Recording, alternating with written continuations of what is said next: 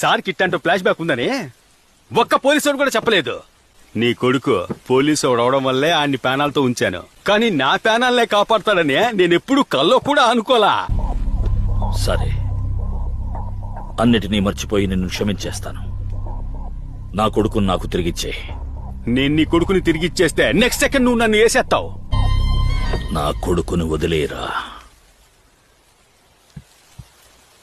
నిన్నేం చేయకుండా వదిలిపెడతాను. రే పిల్లే, సార్ అంతవరకు మన సాన్ని కొంచెం కూల్ చేయమ్మా. అలాగే సార్. కన్నులతో చూసేవి గురువా, కనులకు సొంతమౌనా. గుండ్రాయిలా కూర్చున్నావు, వర్మతోనే ఆటలా. వర్మకే వెయ్యాలనుకున్న వాళ్ళకు ఇప్పుడయ్యో ఎంజాయ్ డాన్స్.